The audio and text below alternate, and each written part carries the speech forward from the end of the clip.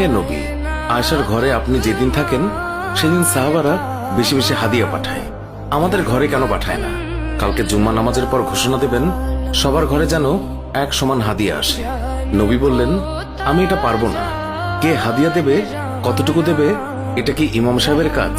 ইমাম সাহেবের বাসায় কে কি দেবে সেটা যারা দেবে তাদের ব্যাপার। নবী বললেন, আবু বকরকে সবাই ভালোবাসে, তাই হয়তো ওনার মেয়ের ঘরে আমি যেদিন থাকি সেদিন বেশি হাদিয়া পাঠায়। তোমাদের ঘরে পাঠানোর কথা আমি বলতে পারবো না। বিবিরা বলে, হ্যাঁ পারবেন। একসময় দরজার বাইরে থেকে কে যেন সালাম দিলেন। নবী সালামের উত্তর দিয়ে বুঝতে পারলেন এটি উমরের কণ্ঠ। সে আশেপাশে তাকিয়ে দেখে কোনো বিবি নেই।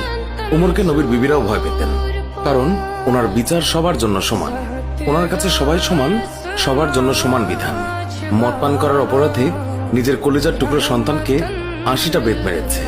এক রাত পেটাতে পেটাতে আহত করেছে, আর এক রাত পেটাতে পেটাতে দুনিয়া থেকেই শেষ করে দিয়েছে। একদিন ওমর রাদিয়াল্লাহু তাআলা আনহু ছেলের মুখে গন্ধ পেয়ে ছেলেকে জিজ্ঞাসা করলেন, তুমি কি মদ খেয়েছো? ছেলে বলে, না বাবা, আমি নবীজ খেয়েছি। নবীজ হচ্ছে ১ কেজি দুধের মাঝে ১০-১২টা খুরমা সারা রাত ভিজিয়ে রাখলে খুরমার রস দুধে মিশে গিয়ে দুধের রং লাল হয়ে যায়, খেতে অনেক মজা, সেটাকে বলে নবীজ। কিন্তু এক রাতের বেশি ভিজিয়ে রাখলে সেটা নেশা দ্রব্যে পরিণত হয়। উমর রাদিয়াল্লাহু তাআলা আনহুর ছেলে ৪ রাত ভিজিয়ে রেখে তারই স্বাদ নেয়ার জন্য খেয়েছিল। ছেলের মুখে গন্ধ পেয়ে তাকে মসজিদে নিয়ে যায়। তখন জোহরের নামাজ হয়। উমর তার ছেলেকে মসজিদে নবীর পিলারে বাঁধে। ইমাম সাহেব নামাজের সালাম ফেরানোর পর উমর রাদিয়াল্লাহু তাআলা আনহু বলেন, নামাজের পর সবাই থাকবেন, গুরুদণ্ড আছে। নামাজের পর হাজার হাজার মানুষ অবাক হয়ে দেখলেন হযরত উমরের ছেলে পিলারে বাঁধা। অনেকেই ভাবলো হয়তো একটু রাগ ধমক দেখিয়ে তিনি ছেড়ে দেবেন।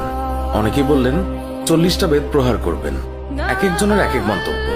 আবার কেউ বললেন উমরের মন অনেক কঠোর, সে পুরো শাস্তিই দেবে। এইভাবেই কানাঘুষা চলতেই থাকে। এরই মাঝে উমর চেয়ারে বসে জল্লাদকে ডাকলেন, বললেন, শক্ত দেখে একটি চাবুক এনে চাবুক শুরু করো। জল্লাদ বিসমিল্লাহ বলে চাবুক মারা শুরু করলো।